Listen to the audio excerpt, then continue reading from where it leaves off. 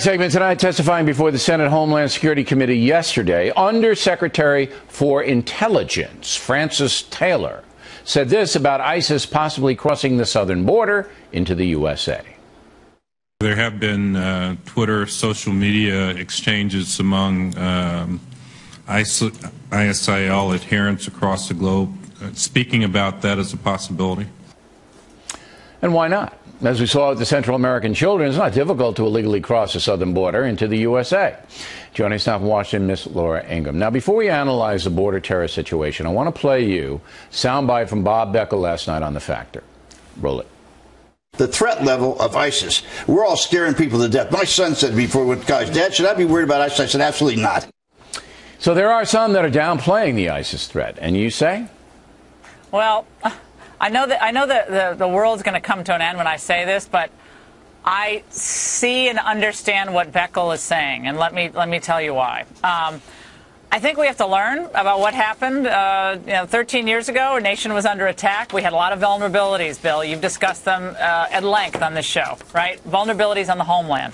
We have vulnerabilities on the border today.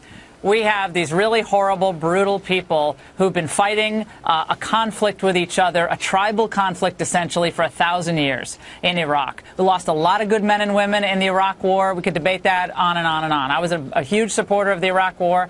I believe that we have to be extremely careful how we get involved again in another Middle Eastern conflict. We're weaker than we were 13 years ago. Our country is more pessimistic than we were 13 years ago. China is growing stronger, not firing a shot, not being involved in military conflicts. I think this is what is going to be required to truly defeat ISIS and destroy ISIS.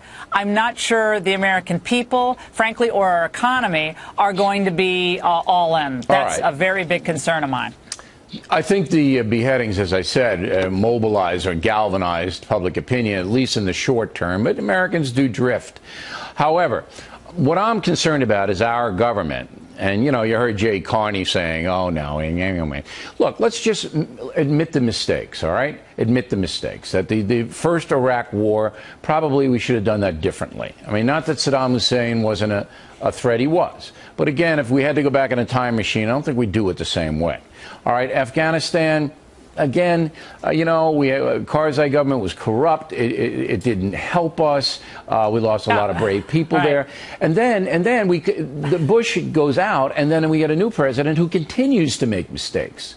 He pulls everybody out of Iraq. He signals what they're going to do in Afghanistan. Right. Well, Bill, we got to remember where the American people were, though, right? In 2006 and 2007. But we need good leaders. We have to get good, smart leaders. Of course we need good leaders, but the public in 2007, when Bush went in with the surge, and he gave a great speech about why we needed to do this. He sounds very prescient today, going back and listening to him. He didn't have the people with him. You have to have the people with you from the home front. I don't know if you have to have the people. I think you have to basically... Look, President Obama... We got Obama, Bill. No. We got Obama because we didn't have the people. President Obama had the people with him, until the last 2 years. He was riding pretty high. They don't want to go back into the Middle East. The people don't want to be involved in a long, protracted war in the Middle East. We fight it smart.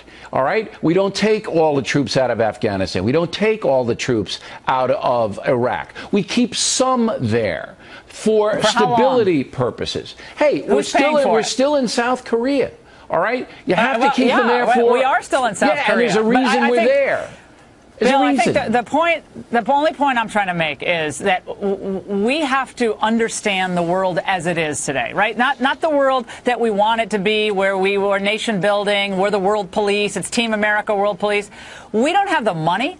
We don't have the debt levels that are required to create this new utopian, new world order. And the same people, John McCain, who's out there talking about how our border is vulnerable to ISIS, some of us have been talking about the border being vulnerable for like 12 years, when all of them were like, oh, we got to do amnesty, we got to do legalizing all these illegals, we got to do it all at the same time. And what we found is we created a big magnet coming across this border. We don't know who's in this country. And I think the State Department and the Homeland Security Department know darn well that there are people in this country, probably right now, who have great allegiance to the ideas behind ISIS and could very well carry out attacks on the homeland. It would be a miracle if there weren't. That's our vulnerability. But you're almost agreeing with me. We need to have smart tough policies. Yeah, don't but at have to home blanket. first. You don't have to Here. flood the zone.